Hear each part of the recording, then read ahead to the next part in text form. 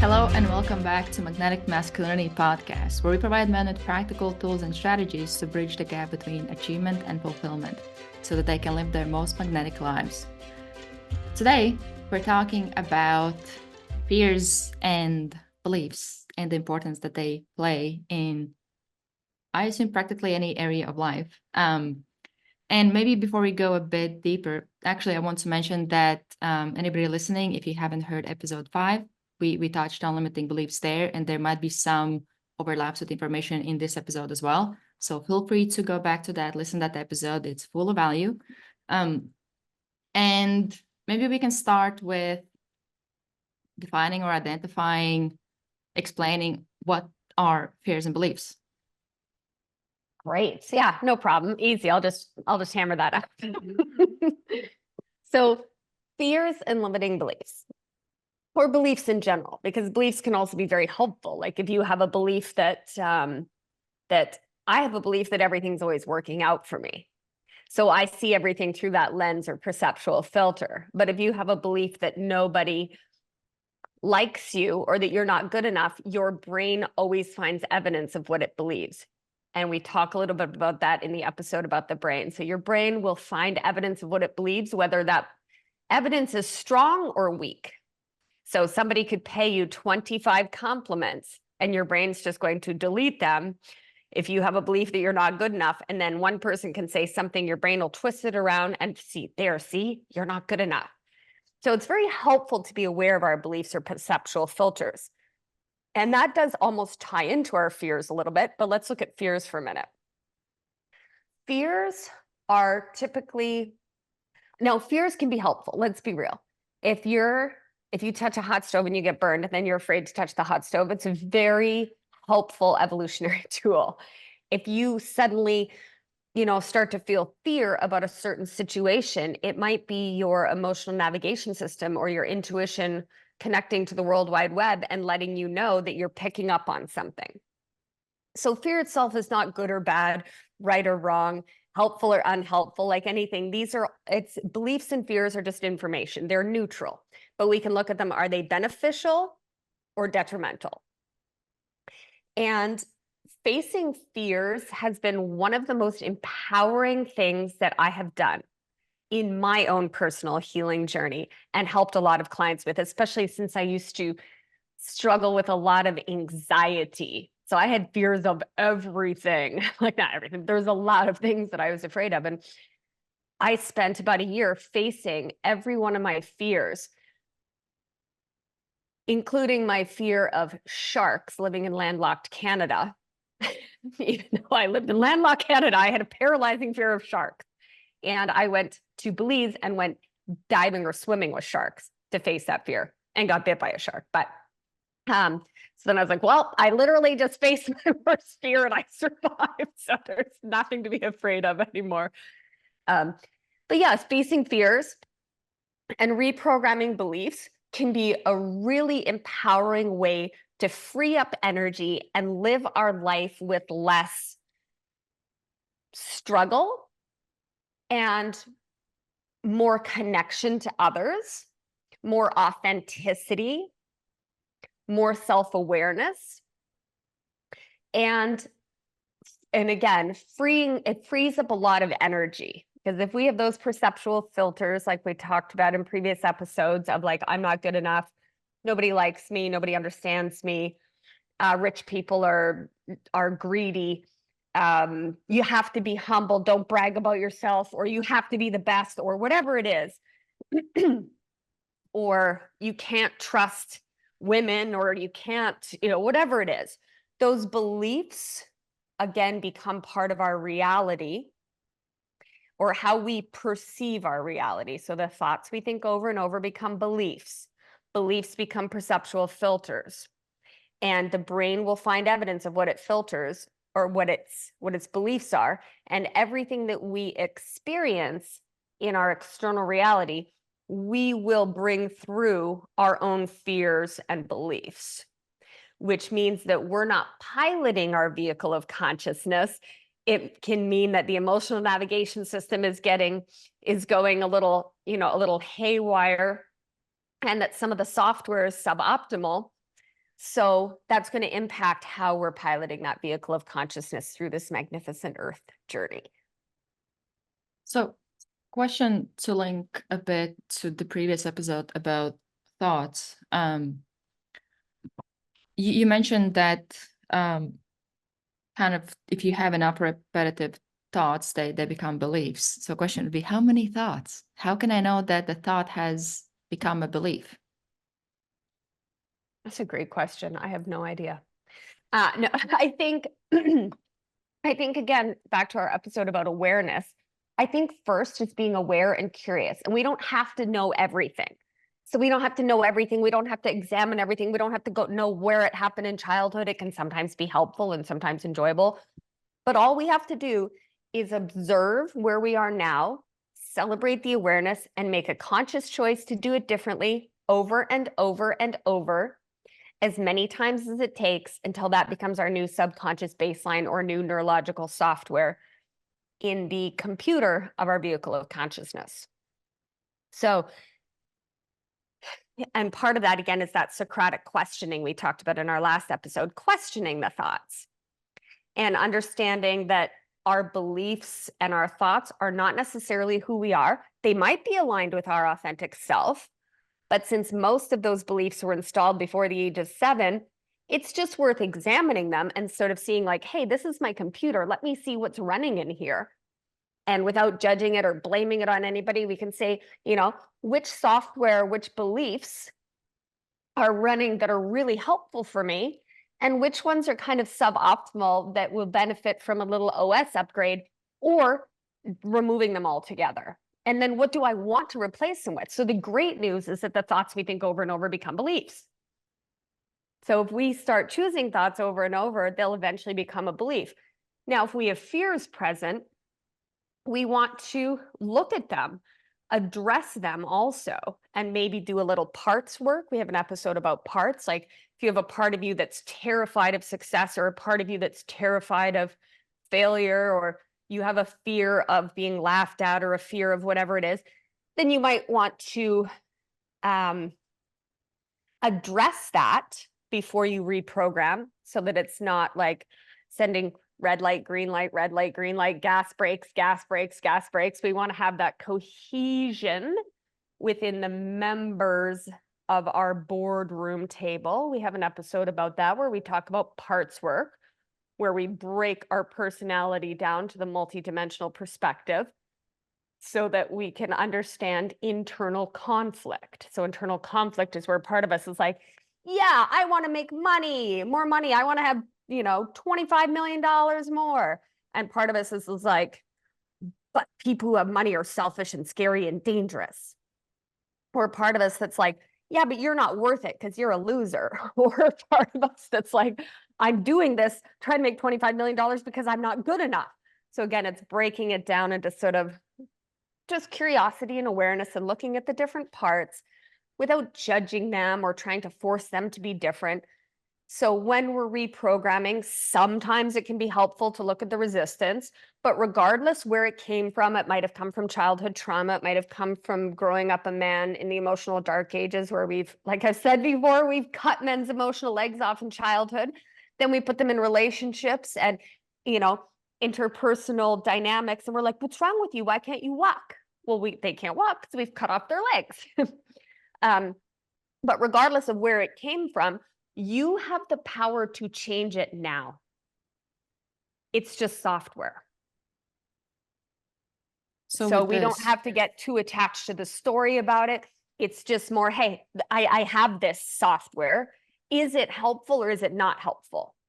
What would be more helpful and how do I install it? And if I try to install it and fears keep coming up or resistance comes up, then that can be a little indicator or a KPI that I want to deal with that or work on that in order to move forward. But it's not always necessary. So don't ever have expectations of what your healing or reprogramming will look like, because it's a little bit different for everybody. But I have seen people that, and had experiences with clients and in my own life, where once you become aware of something and you challenge it or you try to reprogram it, sometimes it can be instantaneous. And you can, it takes, say one time in childhood where some kid looks at you and goes, "You're stupid," when you're in the middle of giving a talk to your classmates or something, and instantly, bang, you create a belief that you're stupid or that you're not good enough. Boom. And sometimes it can be it takes a fraction of a second to create it. Sometimes it takes a fraction of a second to undo it. So we don't want to have a belief that it's going to be a lifelong struggle. We also don't know if maybe it is going to take a little bit longer, because sometimes it does. I've had certain beliefs or certain fears that have taken me repetition to reprogram. Depends how sort of deep that software is. Software of being not good enough can take a little bit longer to reprogram. But again, repetition works. So if we've thought, I'm not good enough, or I'm broken, or I'm wrong, or I'm bad, 18,000 times, it's not maybe going to take 18,000 of the other way, of the opposite thought, but it might take 1,000.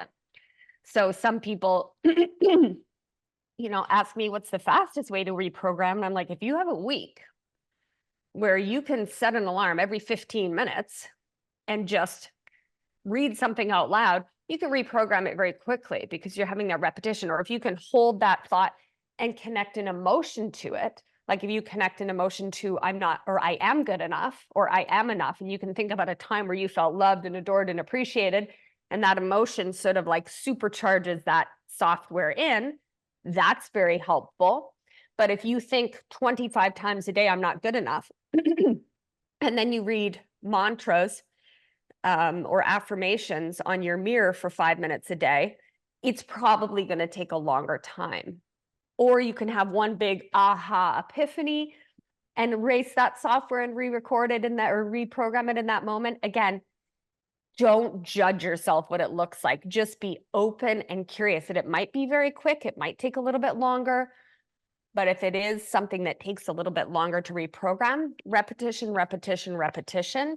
And if we can add emotion to that, all the better.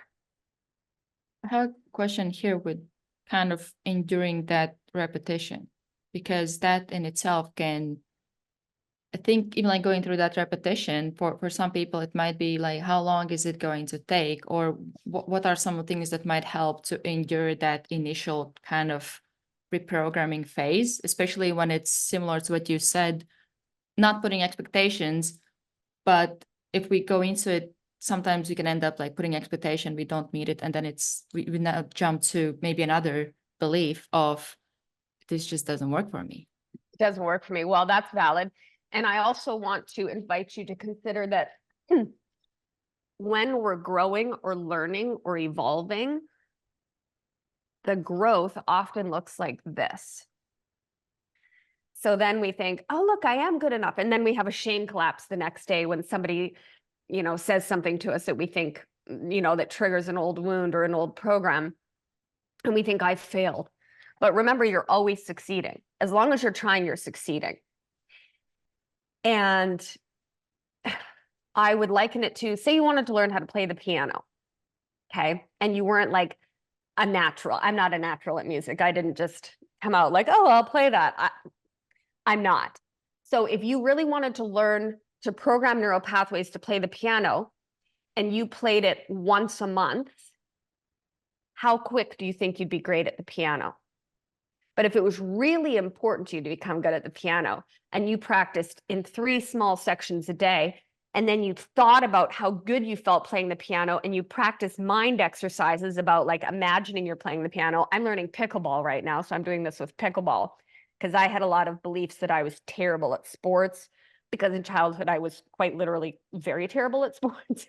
And nobody wanted to be stuck with me on their team for anything. So I had a belief that I'm not good enough. I had a belief that I'm a burden to whoever has to play with me, and that I can't do it. So as I'm learning pickleball, I'm telling myself I'm amazing at racket sports. It's okay to make mistakes. And I'm practicing every day. And sometimes I spend 10 or 15 minutes a day imagining myself hitting those shots.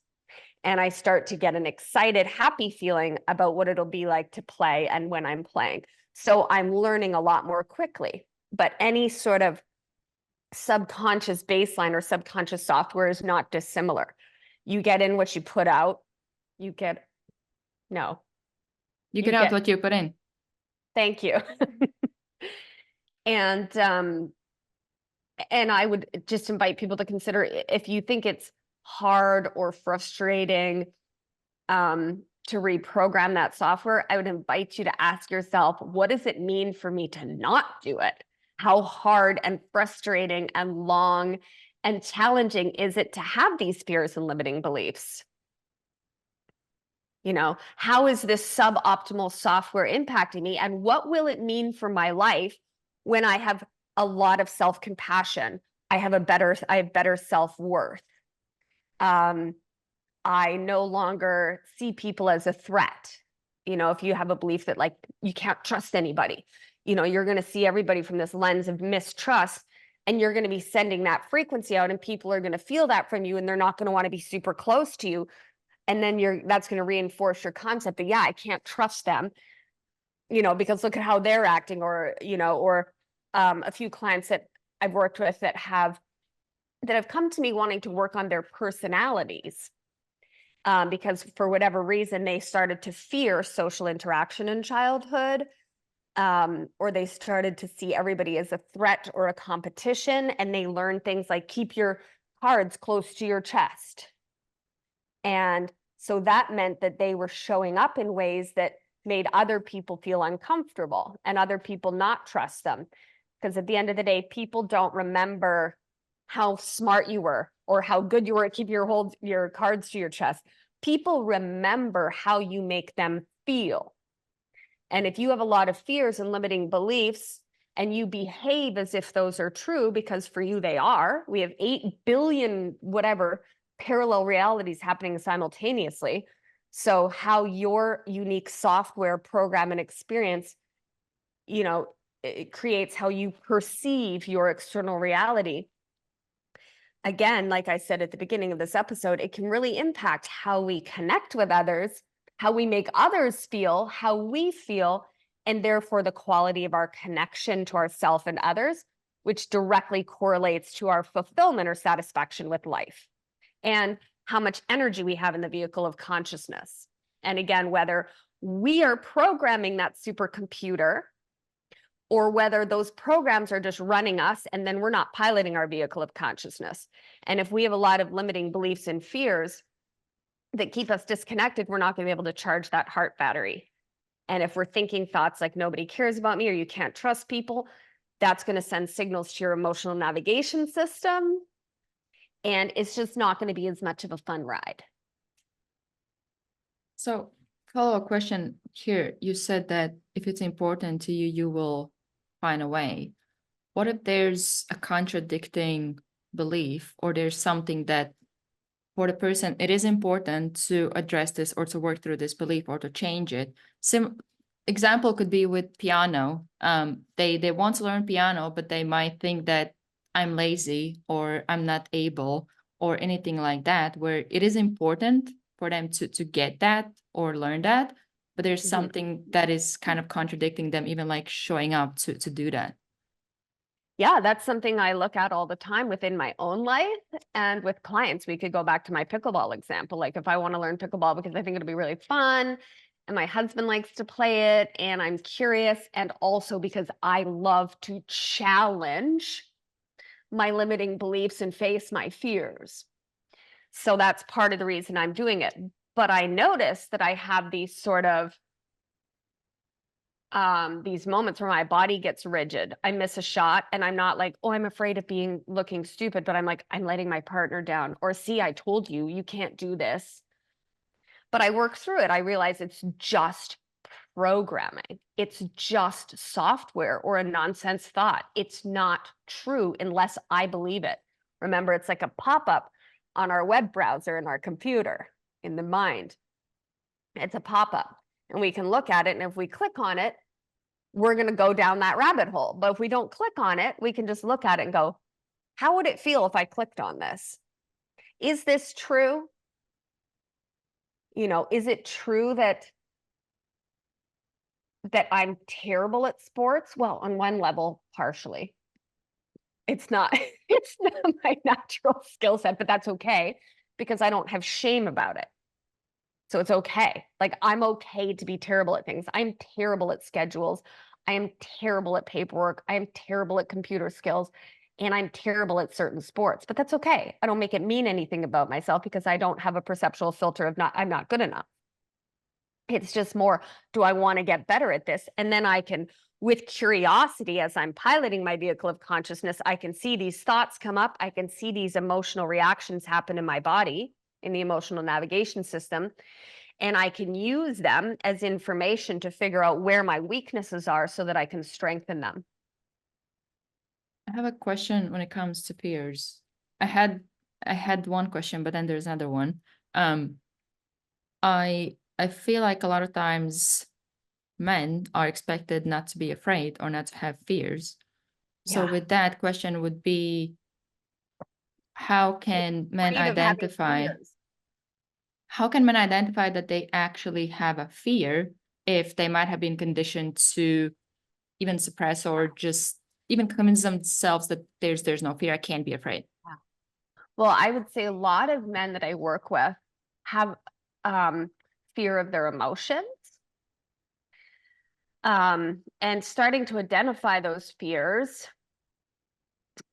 can be challenging to navigate, as can their limiting beliefs, because again, when we're training that awareness or that metacognition, that ability to zoom out and sort of observe our thoughts and observe our reactions with curiosity rather than judgment, or again, the metaphor I've used before is when we are actually becoming the writer, producer, and director, as well as the star in our own mind movie, not just the mind movie, not just starring in a mind movie that our software is running from, 10, 20 years ago. I think that it's just safe to assume that we all have fears and that it takes bravery to look at our weak spots. It takes bravery to look at our blind spots. It takes bravery to look at our fears. And anybody who, one of the ways that I know is if somebody says something to me and I instantly get prickly and I'm like, I'm not like that, or I get really triggered or activated, or I start judging it in other people, that's usually a pretty good indicator to me that I have a blind spot. So I can help men walk through some different processes to look at, like, what do you fear? Do you fear? A lot of men tell me that they fear letting their family down. They fear financial ruin. They fear health consequences. They fear being alone. They fear being misunderstood. They fear being judged. A lot of men fear being judged. So yeah, I think it's just very normal to have some fears. And if you don't have fears, you probably do have some suboptimal software running in your vehicle of consciousness. So even if you're not suffering or struggling, there's always room for optimization because we are ever expanding awareness. We are ever expanding beings of awareness. So as soon as we become fixed or think that we're done, energy does not stagnate. You're either evolving or de-evolving. So just actively seeking growth opportunities from a place of empowerment and compassion and self-acceptance, rather than from an energy of I'm not good enough, I'm not good enough, I'm not good enough, I think is just a really healthy mindset to adopt. And, there's always room for a little more optimization. And we can just assume that living in the emotional dark ages at a time when we've really done men a lot of disservice and sort of emotionally crippled them, that there's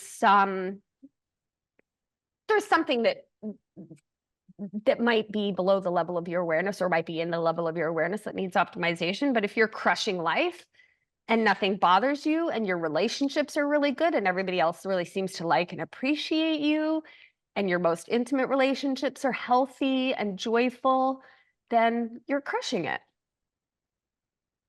And then follow-up question to what you said, that you love to face fears. What would you say to somebody who's like, I hate doing that and I don't even know how to do that? Hates facing fears? Well, that's valid. I mean, I didn't like facing fears at the beginning.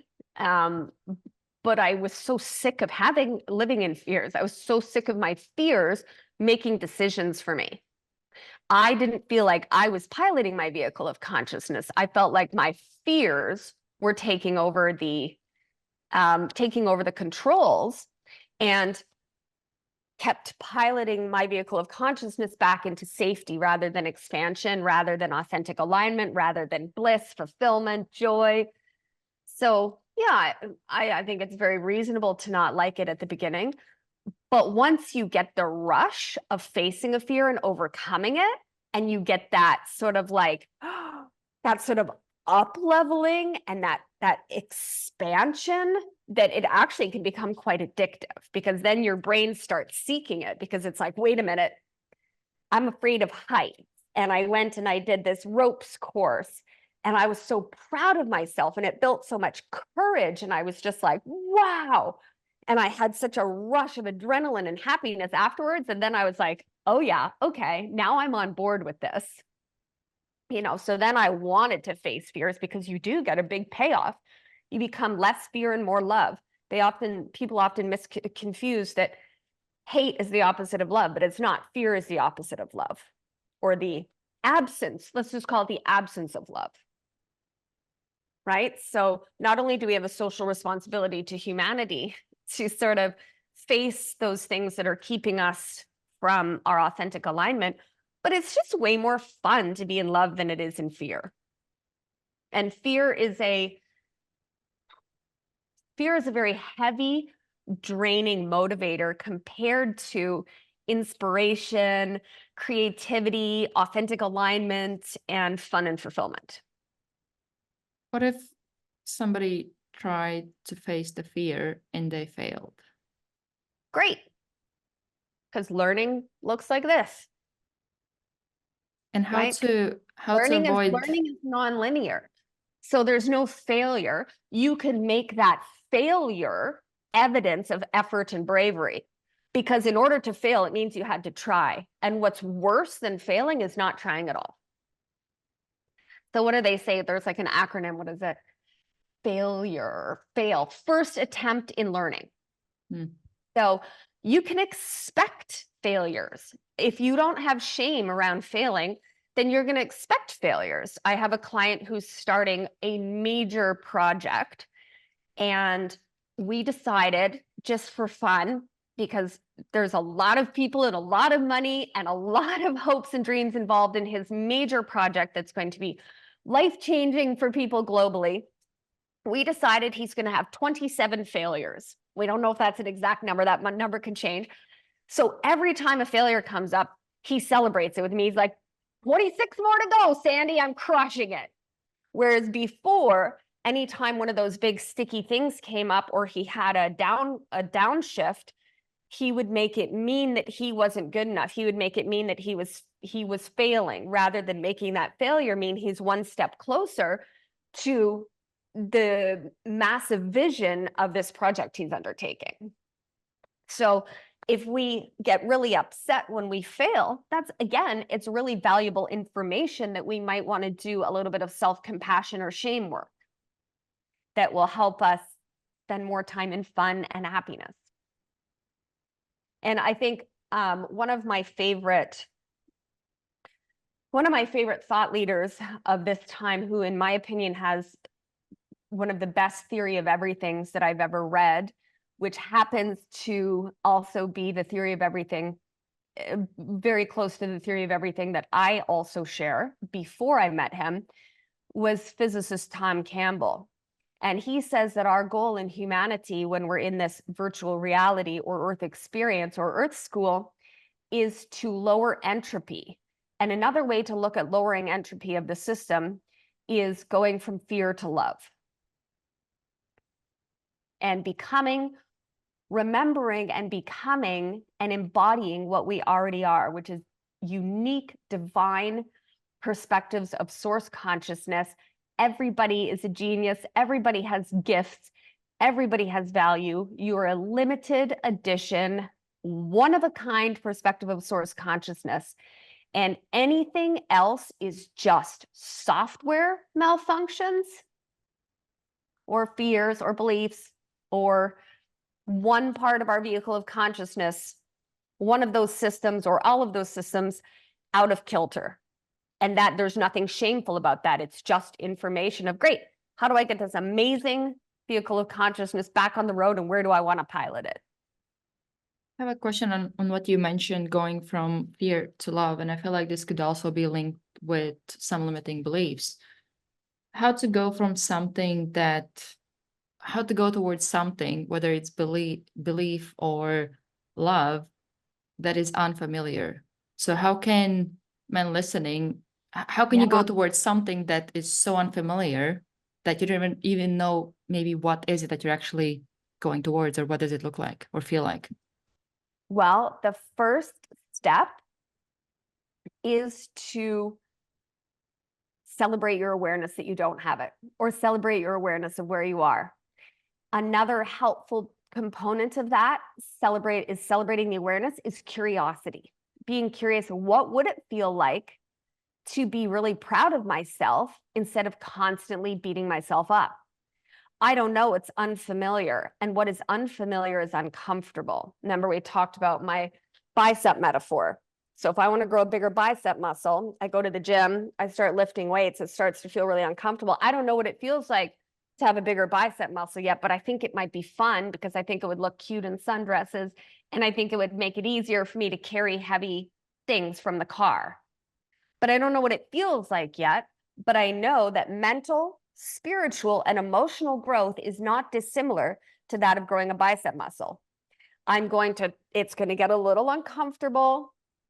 It might be semi-painful. I might need a little extra rest in between it. I'm not just going to lift every day, lift every day, lift every day, push, push, push, push, push. I'm going to treat it with compassion. I'm going to push it so much, then I'm going to rest it. Then I'm going to be curious, and I'm going to be compassionate, and I'm going to take care of myself, and I'm going to nurture myself. And then I'm going to expect the expansion.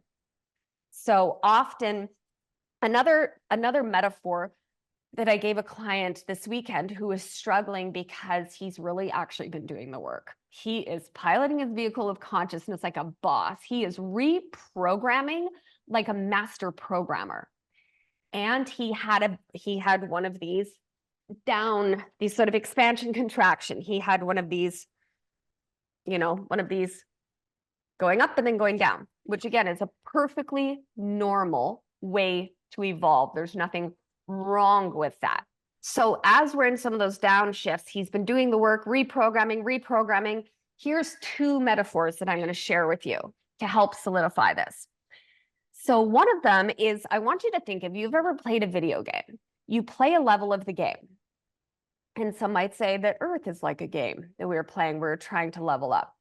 So if you're playing a video game level and you get to the end of the level and you've done this, you've solved the problem, you've jumped over the lava, you've done this, you've done that, you've figured out this riddle and solved that puzzle, you get to the end of that level. Right before you level up, is it like, great, here's chocolates and a beer and a back rub? No, you get to the end of that level, the triple-headed dragon jumps out, you fall in a pit of lava, it tries to bite your head off, and you get the hardest problem to solve, right? So sometimes it's that crunchiness right before you have the massive level up. It's like that final test, that final initiation.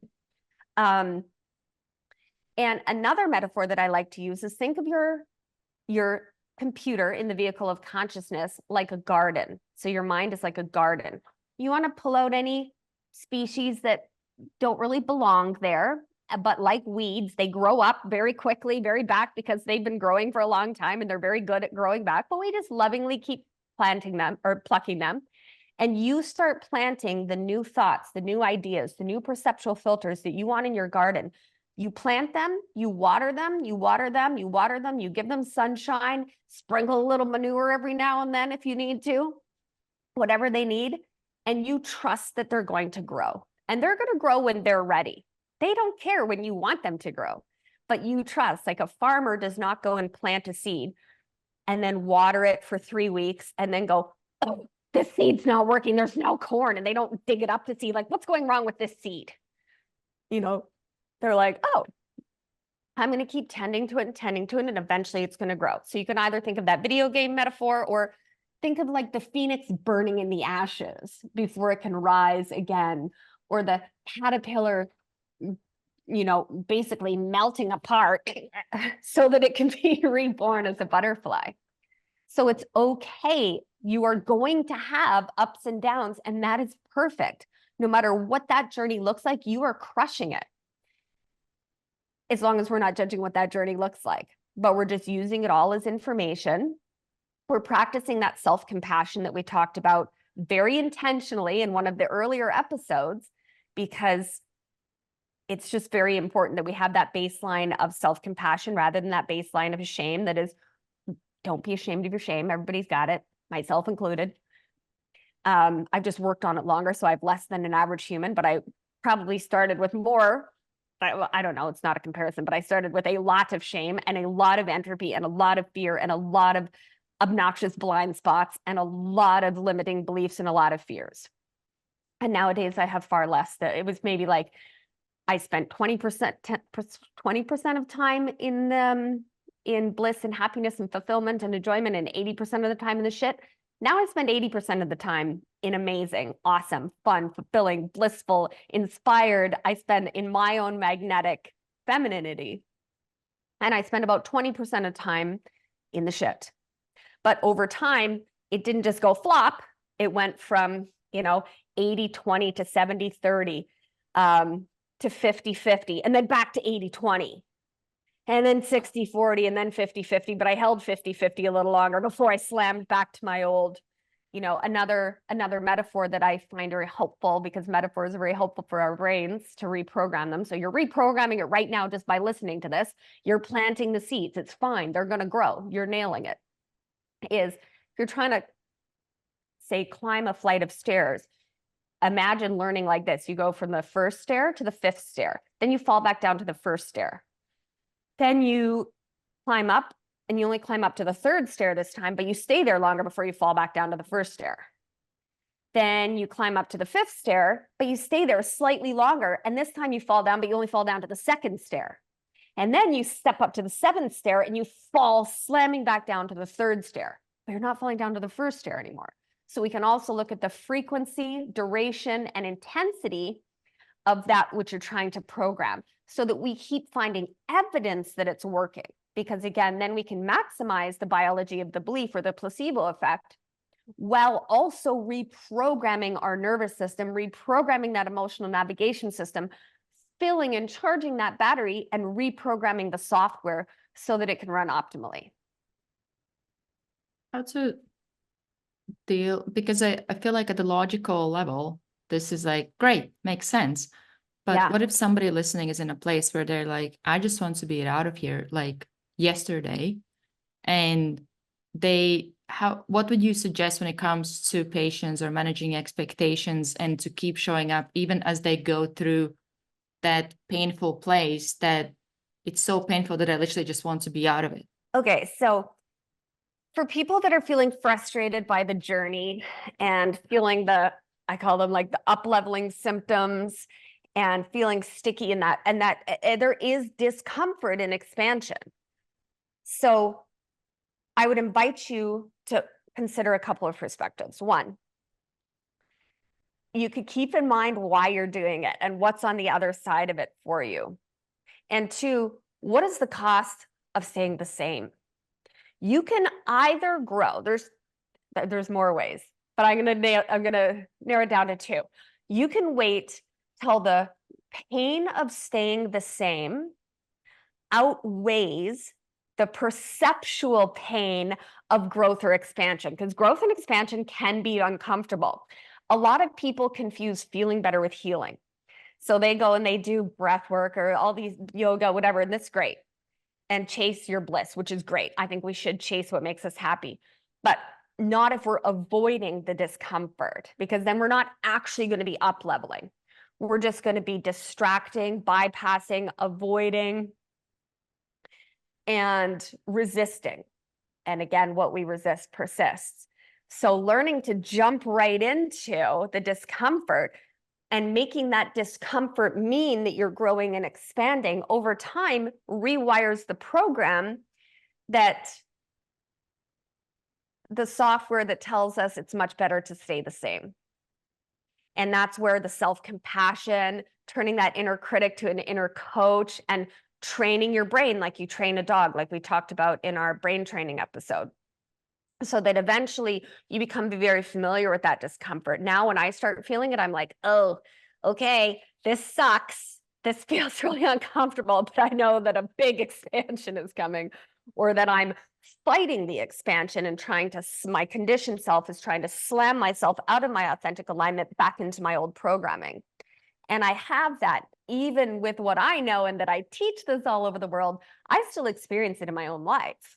It's just that I know what to make it mean now. Same as, like, again, when you're lifting weights in the gym, you don't start lifting a weight and go, oh, this is uncomfortable. Oh God, this is terrible. I'm such a loser. I'm failing. I'm never lifting a weight again. It hurts. Instead, you go, oh yeah, okay, whew, this is uncomfortable. Okay, I'm going to eat really well, make sure that I'm, I have the proper fluid, and then I'm going to give it rest and wait for the expansion. I'm nailing it. And you tell yourself when it gets uncomfortable, you're like, yeah, like, look at this. I'm doing such a good job, right? It's no different with mental, spiritual, or emotional growth. It's just that what we make it mean is different. We have different software around it. But again, I want to empower people to be that programmer of their own software, and those skillful pilots of those vehicles of consciousness, so that we become more confident, clear, inspired, energized, authentic, vulnerable, happy, fun, fulfilled,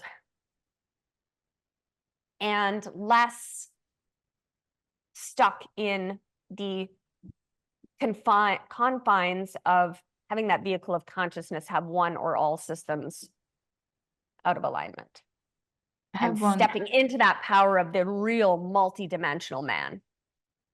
Have a one last objection for you with this. Yeah.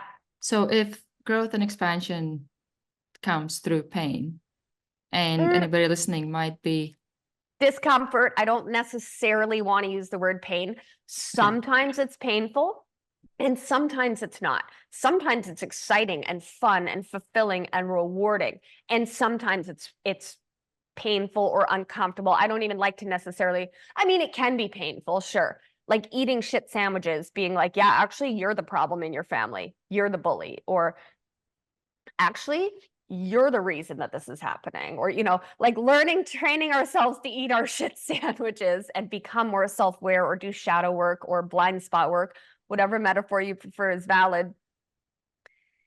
By remembering that that's how we level up, can help us sort of overcome that fear of discomfort or that fear of shame, as can practicing that self-compassion, so that we're growing from a place of empowerment rather than from shame.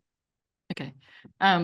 So with this, it might change the question a bit, but the initial question was, if somebody listening wants to grow, wants to get better, does that mean that this whole time I'll be living in pain and discomfort and just pretty much like feeling like shit the whole way up? No, but occasionally you'll be like a phoenix burning in the ashes, and you will rise.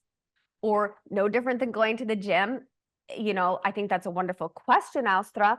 But when you feel discomfort at the gym and you're lifting weights, you're starting to get a bigger bicep muscle, does that mean you just live in pain forever? No. And why do you allow that discomfort? Because you know you're growing, and you know what's on the other side of it, and you want it. Or you don't want to stay how you are. Or you're afraid of a health consequence, or whatever your motivation is, you're not going to stay in that forever.